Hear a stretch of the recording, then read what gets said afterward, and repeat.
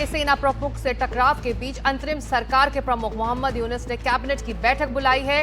अहम बात यह है कि कैबिनेट की बैठक पहले से निर्धारित नहीं थी, इसीलिए ये अहम माना जा रहा है कि आखिर इस बैठक में होना क्या है। और उमा शंकर सिंह मेरे सहयोगी सीनियर एडिटर मेरे साथ अब जुड़ रहे हैं। सेना प्रमुख से टकराव के बीच अंतरिम सरकार के प्रमुख की कैबिनेट की ये बैठक, उमा, बहुत अहम कई मायनों में, आखिर कुछ अंदाजा लग पा रहा है कि कौन सी बातचीत इसमें आगे बढ़ सकती है?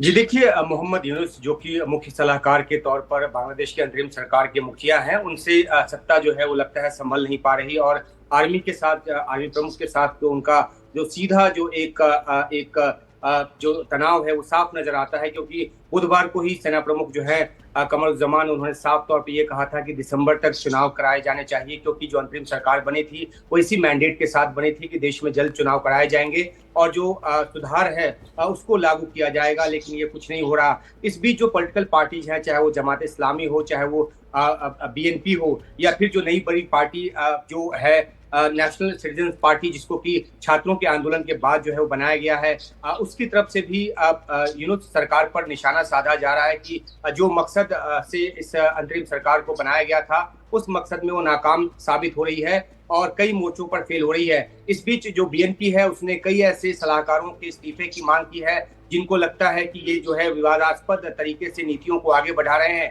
और जो पाकिस्तान, जो बांग्लादेश की जो सेना है, उसको इस बात को भी बड़ा ऐतराज है जिस तरीके से यूएस और यूएन के दबाव में यूनुस सरकार ने जो एक म्यांमार के लिए एक मानवीय कॉरिडोर बनाने की बात की, जिसको कि आर्मी चीफ ने वहां के ब्लडी कॉरिडोर का नाम दिया है। और कहा जा रहा है कि जो बांग्लादेश की जो संप्रभुता, अखंडता है, उसके लिए खतरा हो सकता है।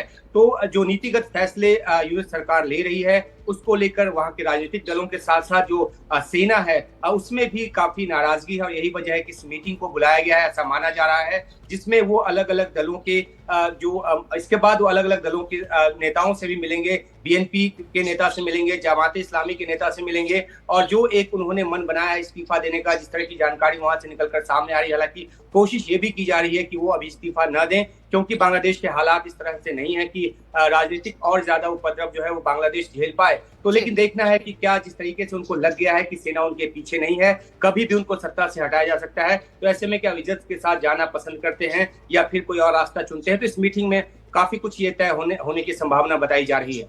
जी, शुक्र है इस जानकारी अपडेट के लिए उमा शंकर सिंह। तो बांग्लादेश से खबर आ रही है कि अंतरिम सरकार वहां की एक आपात बैठक जो पहले से निर्धारित नहीं थी, वो सेना प्रमुख के साथ ये बैठक होने वाली है।